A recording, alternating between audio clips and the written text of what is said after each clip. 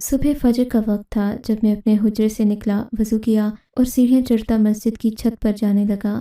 یہ ان دنوں کی بات ہے جب اسپیکر وغیرہ کا رواج نہیں ہوا کرتا تھا۔ مسجدیں بھی تھوڑے تھوڑے فاصلے پر بنائی جاتی تھیں، اور یہ مسجد بھی ایسی ہی تھی جو تقریباً 40-50 گھروں تک اذان دینے اور ان تک دین کا پیغام پہنچانے کا ذریعہ بنتی تھی۔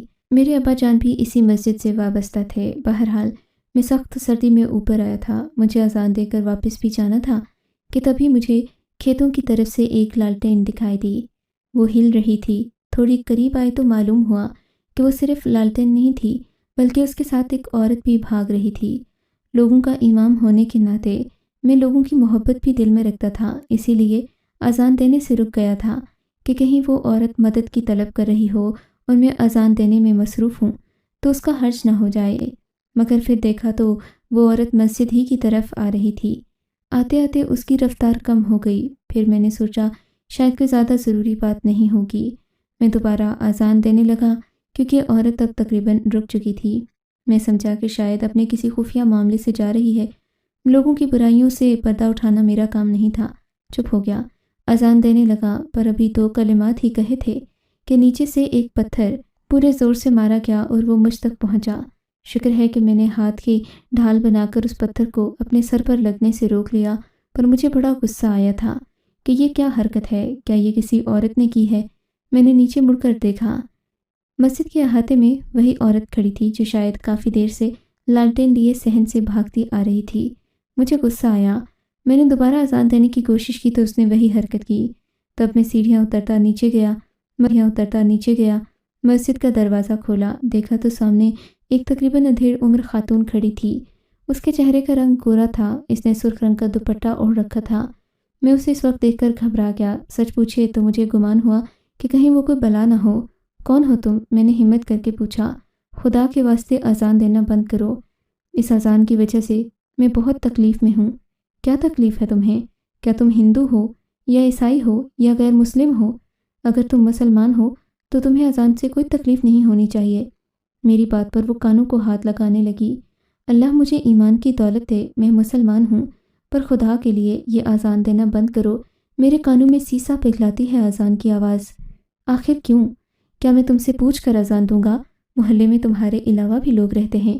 یہ کہہ کر میں نے مسجد کا دروازہ بند کرنا چاہا۔ دروازے کی چوکھٹ میں اس نے ہاتھ تم اسی طرح لوگوں کے ایمان کی آزمائش کرو، دیکھو کہ بغیر اذان کے کون آتا ہے۔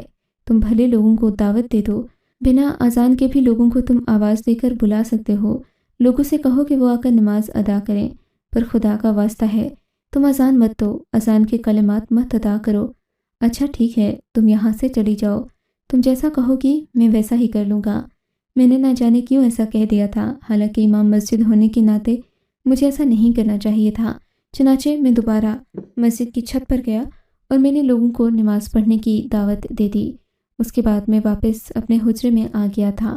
میں لوگوں کے آنے کا انتظار کر رہا تھا، پر مجھے ابھی تک اس عورت کی مجبوری سمجھ نہیں آئی تھی۔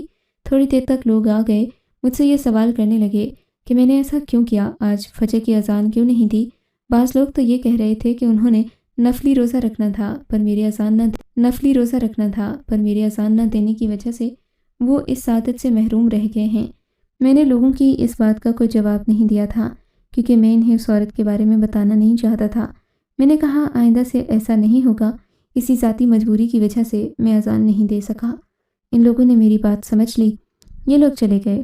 پر اگلی صبح جب میں دوبارہ اذان دینے کے لیے حجرے سے اوپر چھت پر گیا تو جیسے ہی اذان کے 2-3 کلمات ادا کیے، مجھے وہی عورت پھر سے بھاگتی ہوئی نظر آئی تھی۔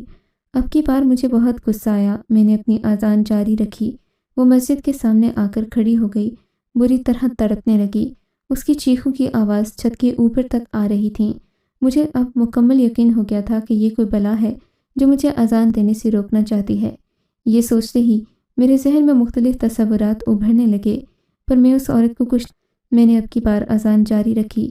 آج تو میں اس کے پتھروں سے پہلے ہی واقف تھا، سو میں نے ایک ڈھال مسجد کی چھت جہاں پر میں اذان دیتا تھا وہاں بھی لگا لی تھی، اور اب اس کے پتھر بھی مجھ تک نہیں پہنچ رہے تھے۔ اس دن میں نے سوچا کہ یہ واقعی کوئی انسان ہے یا دوسری مخلوق۔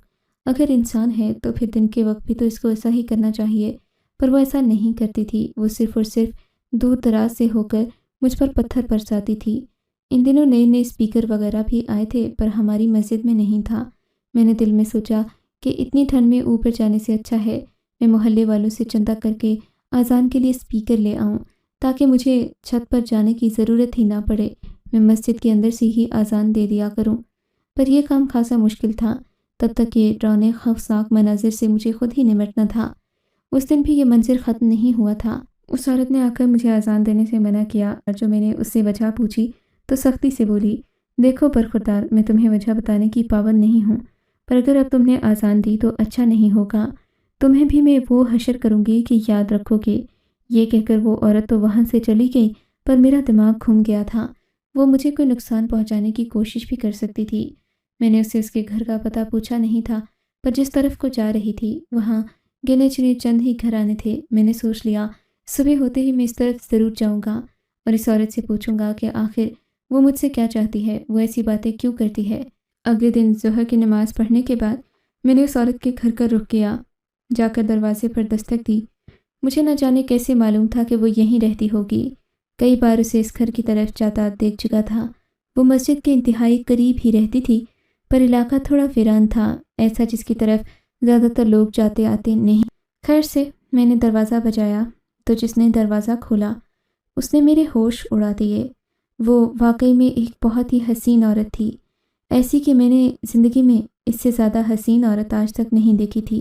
عمر یہی کوئی 18 یا 19 سال ہوگی، اور حسن ایسا کہ دیکھنے والا تو اپنا ایمان بھی کھو بیٹھے، نفس پر قابو کرنا مشکل ہو جائے۔ بہرحال میں نے فوراً نظریں جھکا لیں، کہا کہ آپ کے گھر میں کوئی بڑی بوڑھی عورت رہتی ہے کیا؟ بولی کہ جی ہاں، میری اماں رہتی ہیں، انہیں آپ سے کافی گلے ہیں، وہ آپ سے خود بھی بات کرنا چاہتی تھیں۔ لڑکی کی آواز بھی اتنی ہی مدھر تھی جتنی کہ وہ خوبصورت تھی۔ مجھ سے بولی کہ آپ اندر آ جائیں۔ میں ہچکچاتا ہوا گھر کے اندر داخل ہوا۔ سامنے کا منظر دیکھ کر مجھے تو جیسے رونا ہی آ گیا تھا، یہ واقعی رلا دینے والا منظر تھا۔ خیر میں نے اپنی نظریں پھیر لی تھیں، میں چاہتا تھا کہ میں اس عورت سے بات کروں جو مجھے اذان دینے سے روکتی ہے۔ اماں کہاں گئی ہو؟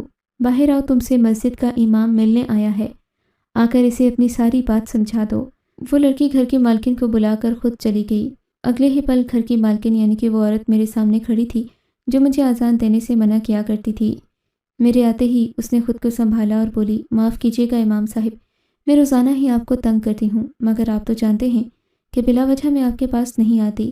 آپ کی اذان سے مجھے تکلیف ہوتی ہے، میرے گھر میں فساد برپا ہو جاتا ہے، اسی وجہ سے میں آپ کو اذان دینے سے منع کرتی ہوں۔ آپ کی اذان نہ دینے سے ان لوگوں کا کوئی حرج نہیں ہوگا، نماز جس نے پڑھنا ہوگی وہ خود آپ کے پاس آ جائے گا۔ عورت کی باتیں سننے کے بعد میں نے صرف ایک ہی سوال کیا، وہ تو ٹھیک ہے اماں، پر تم کیوں چاہتی ہو کہ میں اذان نہ دوں؟ مجھے کوئی نہ کوئی وجہ تو بتاؤ۔ آ جاؤ، میں تمہیں وہ وجہ اس نے مجھے تم تک آنے پر مجبور کر دیا۔ وہ عورت یہ کہہ کر اندر والے کمرے میں چلی گئی اور مجھے اشارہ کیا کہ میں اس کے پیچھے آؤں۔ میں جیسے ہی کمرے میں داخل ہوا ایک بار پھر میری آنکھوں میں آنسو آ گئے۔ وہی حسین پری ایک گندی سی میلی چارپائی کے کنارے بیٹھی تھی، اسی چارپائی پر ایک آدمی بھی لیٹا تھا جو بہت ہی کمزور لگ رہا تھا۔ اس کا حلیہ دیکھ کر لگتا تھا جیسے اس نے برسوں سے کھانا نہ کھایا ہو۔ اس کی ٹانگیں لکڑی کی طرح پتلی تھیں اور جسم مرجھایا ہوا۔ وہ آدمی مجھے دیکھتے ہی گالیوں کے انداز میں میری طرف ہاتھ کر کے مجھے جانے کا کہنے لگا۔ وہ بول نہیں سکتا تھا، بولتا تو اس کی زبان لڑکھڑا جاتی۔ بوڑھی عورت اور وہ لڑکی جو کہ اس کے ساتھ ہی بیٹھی ہوئی تھی وہ مجھے دیکھ کر رونے لگے۔ بوڑھی نے اپنے آنسو پونچھے اور بولی، باہر آ جاؤ بیٹا، اس نے جو کیا ہے وہ بھگت رہا ہے۔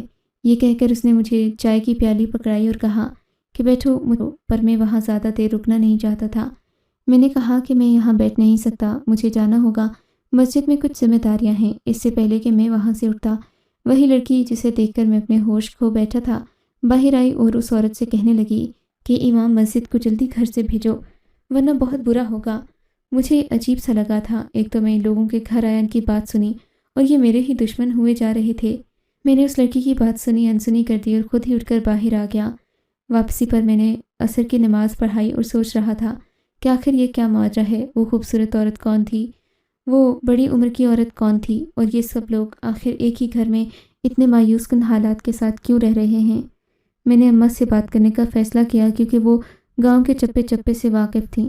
میں نے اماں سے بات کی، گھر جا کر ان کو ساری صورتحال بتائی تو وہ بولی، بیٹا وہ عورت بالکل صحیح کہتی ہے، تم کچھ دن کے لیے اذان دینا بند کر دو، وہ ماں ہے، اس ماں کے دل کو سکون آ جائے گا تو اس کے بعد وہ تم کو کبھی تنگ نہیں کرے گی۔ مگر اماں مجھے پتہ بھی تو چلے نا، آخر کیا بات ہے، میں بلا وجہ تو اذان دینا بند نہیں کر سکتا، مجھ پر لوگوں نے بھروسہ کیا ہے، بہت بڑا فریضہ ہے یہ، میں اللہ کو کیا جواب دوں گا؟ میری بات سن کر اماں نے بھی میرے آگے ہاتھ جوڑ دیے اور بولی، خدا کے لیے بیٹا منع مت کرنا، پر تم فجر کی اذان مت دیا کرو، اس عورت کی بات مان لو، وہ جیسا کہتی ہے تم ویسا ہی کرو، اللہ کے ہاں نوازے جاؤ گے۔ معاف کرنا اماں، میں آپ کی یہ بات نہیں مان سکتا، میں نے کہا اور اپنے کمرے میں آ گیا۔ مجھے مغرب سے پہلے جاگنا بھی تھا، تبھی دروازے پر دستک ہوئی، میں جانتا تھا کہ اماں مجھے منانے آئی ہوں گی۔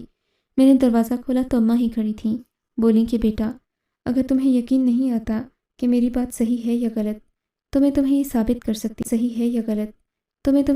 کر سکتی ہوں کہ میں نے تمہیں جو فیصلہ سنایا وہ بالکل صحیح تھا، اور اگر تم میری بات مانو گے تو زندگی میں آسانیاں ہی آسانیاں ہوں گی۔ اماں اتنی لمبی بات مت کریں، مجھے سیدھا سیدھا بتائیں کہ آپ مجھے اذان دینے سے منع کیوں کر رہی ہیں؟ کیا آپ نے مجھے اسی دن کے لیے پال پوس کر بڑا کیا تھا کہ میں ایک عورت کے کہنے پر اپنے فریضے کو چھوڑ دوں؟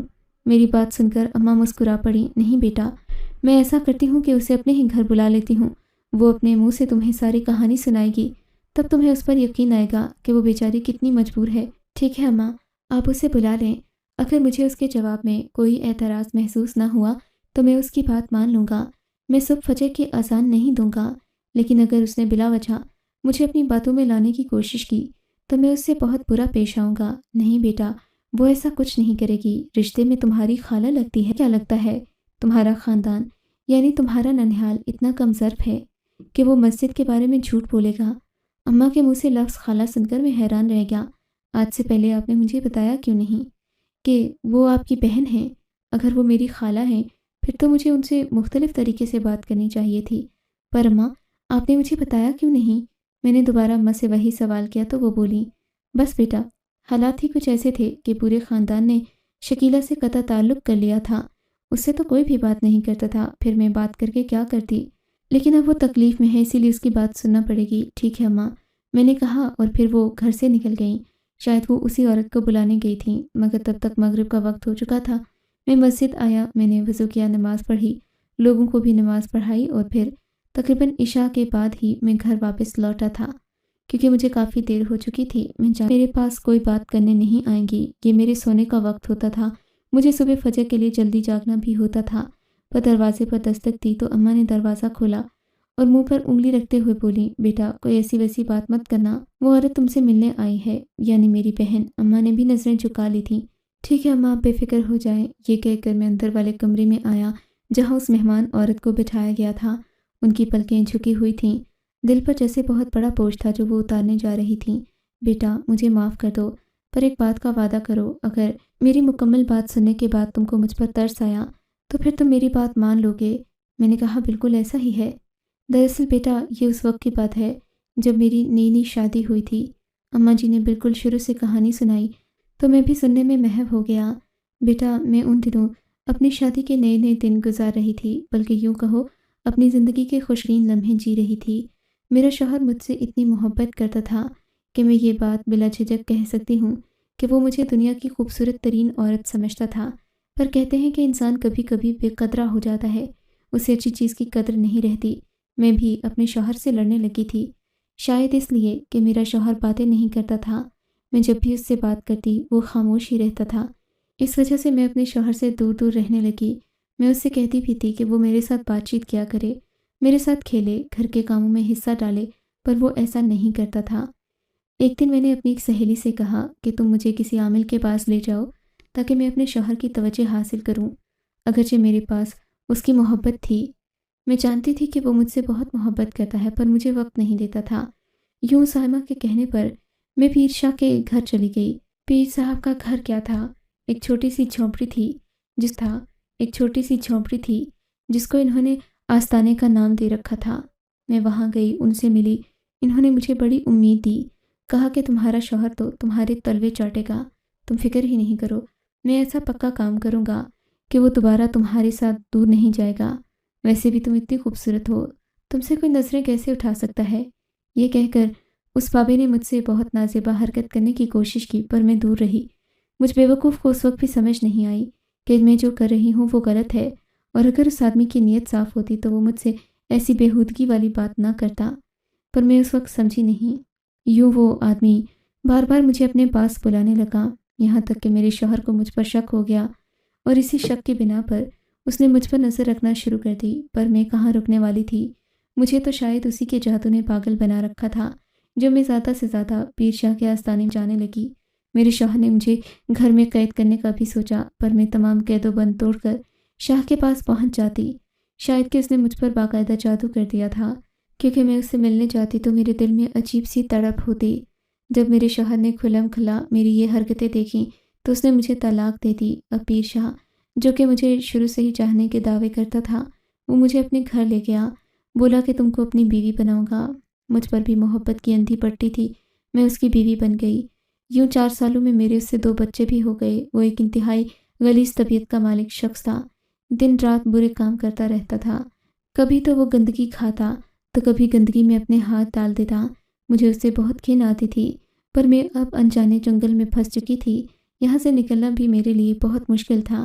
نہ جانے اس آدمی کے ساتھ کتنے سال یوں ہی بیت گئے، پھر اس نے تو حد ہی کر دی کہ اپنے بیٹے کو بھی اسی خوبصورت سی لڑکی کو اپنے جال میں پھانس کر اس سے شادی کر لی۔